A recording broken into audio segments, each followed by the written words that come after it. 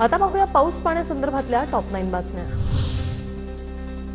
कोल्हापूरच्या पंचगंगा नदीने ओलांडली इशारा पातळी। जिल्ह्यातील 84 बंधारे पाण्याखाली। प्रशासनाकडून नदीकाठच्या गावांना स्थलांतरित करण्याच्या सूचना।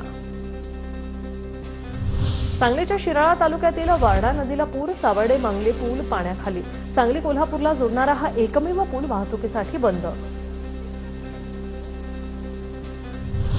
संततधार पावसामुळे कृष्णा कोयना नदीच्या पाणी पातळीत वाढ।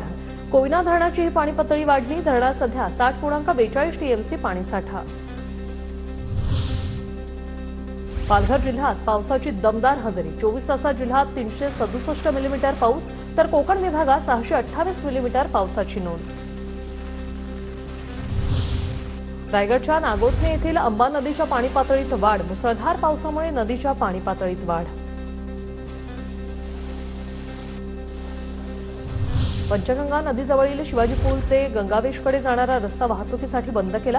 पंचगंगा नदीचं पाणी रस्त्यावर आल्याने प्रशासनाची खबरदारी।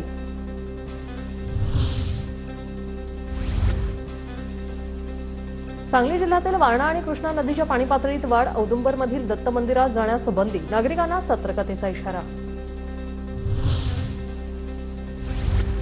भंडाऱ्यातील गोसेखुर्द धरणाच्या पाण्याच्या विसर्गात मोठी वाढ। नदीकाठच्या नागरिकांना सतर्कतेचा इशारा।